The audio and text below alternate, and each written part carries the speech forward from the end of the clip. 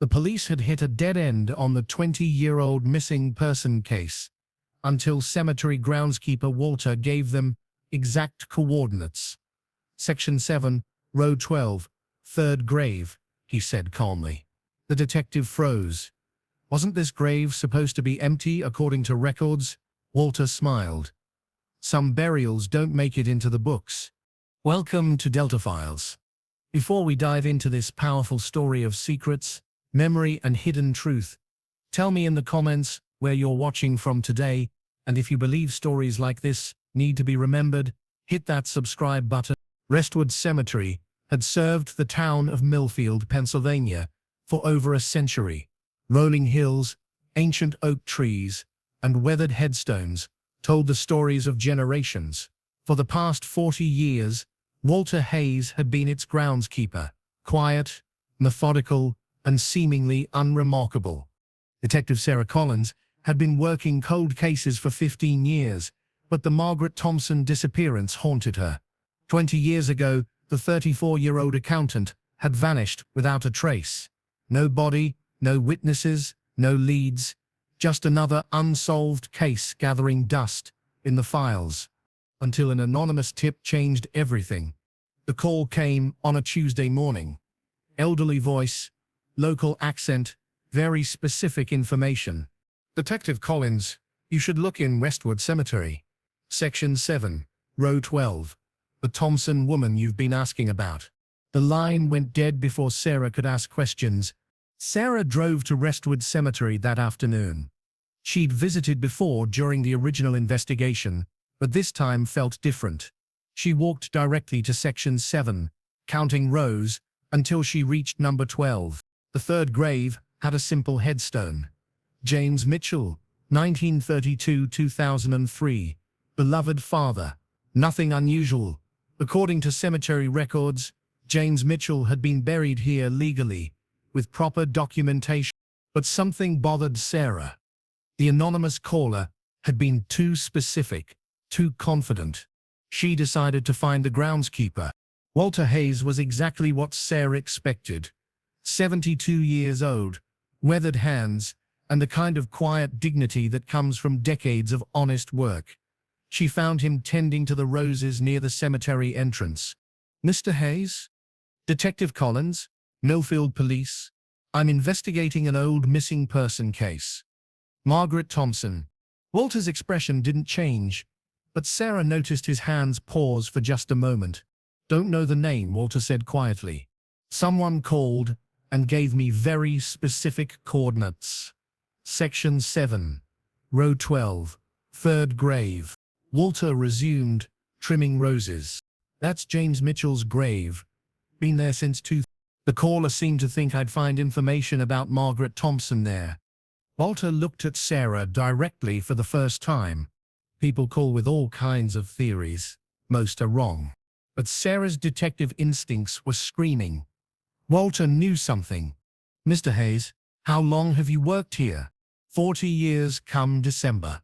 You must know this place better than anyone. I know where every grave is, if that's what you're asking. Sarah decided to test him. How many graves total? 12,417. As of last month. Sarah was impressed, but not surprised. Good groundskeepers knew their cemeteries. What about unofficial burials? People buried without proper records. Walter's expression hardened slightly. This is a legitimate cemetery. Detective, everything's properly documented. I'm sure it is, but in 40 years, you must have seen unusual things. Late-night visitors, irregular activities. Walter set down his tools and faced Sarah completely. Detective Collins, what exactly are you asking me? Sarah decided to be direct. I think you know more about Margaret Thompson than you're telling me, and I think that grave in Section 7 contains information that could solve a 20-year-old case. Walter studied her face for a long moment. You want to know about Margaret Thompson? Yes. Then follow me. Walter led Sarah to a small maintenance building behind the cemetery chapel. Inside was a cluttered office with filing cabinets, groundskeeping equipment, And something Sarah didn't expect. Detailed maps of the entire cemetery covering every wall. But these weren't official cemetery maps. These were hand-drawn, incredibly detailed, with notations in Walter's neat handwriting. Different colored pins marked different sections. 40 years, Walter said. I've kept track of everything that happens here, official and unofficial. Sarah studied the maps. The colored pins seemed to represent different categories of burials. What do the different colors mean? Walter pointed to red pins. Red pins are official burials with full documentation. Blue pins, official burials with irregularities in the paperwork. Yellow pins? Walter hesitated. Yellow pins are unofficial burials. No paperwork, no family knowledge, no official record. Sarah's pulse quickened. How many yellow pins? 43 over 40 years. Sarah stared at the map. There were yellow pins scattered throughout the cemetery, including one at section 7, row 12, third grave. You're telling me there have been 43 secret burials in this cemetery? I'm telling you I've observed unusual activities and kept detailed records. What kind of unusual activities? Walter opened a filing cabinet and removed a thick folder labeled Nighttime Observations. People who come after midnight with shovels. People who dig graves that aren't on the official schedule. People who bury things that aren't in coffins. Sarah opened the folder. Pages and pages of handwritten notes, dates, times, license plate numbers, and descriptions of activities. Why didn't you call the police? Walter looked at her seriously. Detective Collins, who do you think was doing the burying?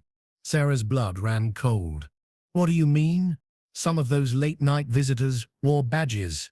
Some drove official vehicles. Some had authority that suggested asking questions would be unwise.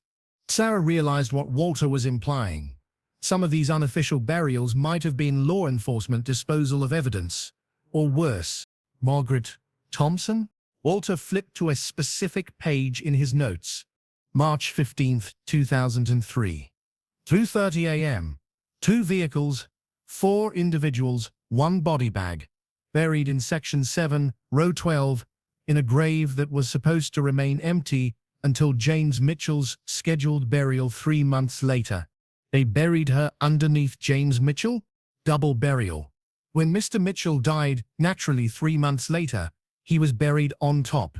1 grave, 2 bodies, 1 headstone. Sarah felt sick. How do you know it was Margaret Thompson? Walter opened another filing cabinet and removed a plastic bag containing personal effects. I retrieve items that fall during burial activities. Jewelry, identification, personal belongings. I've kept everything for 40 years, waiting for someone to ask the right questions. Inside the bag was a driver's license. Margaret Thompson's driver's license. You've had this for 20 years? I've had evidence from 43 unofficial burials for 40 years. I've been waiting for someone I could trust. Sarah's mind raced. Why me? Why now? Because you're the first detective who kept investigating when everyone else gave up. And because I'm 72 years old. When I die, all this knowledge dies with me unless I pass it on. Sarah looked around the room again. The maps, the files, the careful documentation of 4 decades of cemetery secrets. Walter, this is evidence of multiple crimes. Yes, it is. Some of these unofficial burials, they're not just missing persons, are they? Walter shook his head. Some are missing persons. Some are evidence disposal. Some are, he paused, some are people who asked too many questions. Sarah understood. Walter had been the silent witness to decades of cover-ups, evidence disposal, and possibly murder. Who else knows about this? You're the first person I've shown everything to. Why trust me? Walter smiled slightly.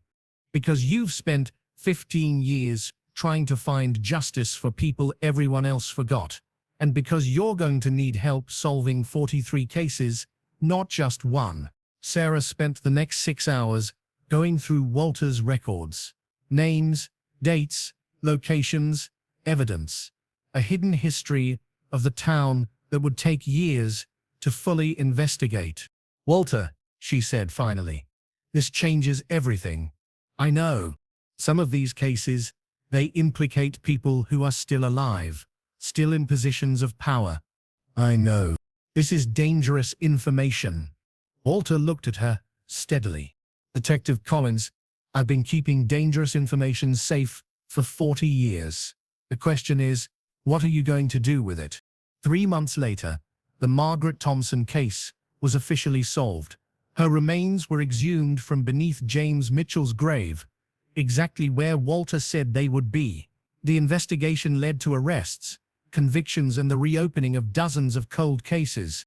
Walter testified as a protected witness, and his 40 years of documentation became crucial evidence in prosecuting one of the largest cover-up conspiracies in state history. Now I ask you, have you ever met someone like Walter? Someone who witnessed injustice in silence, but kept the truth alive until someone was ready to hear it? Share your thoughts in the comments. Sometimes the most important witnesses are those who nobody notices. Thank you for watching. If this story moved you, subscribe, share, and help us honor those who kept the truth safe when speaking it would have been dangerous.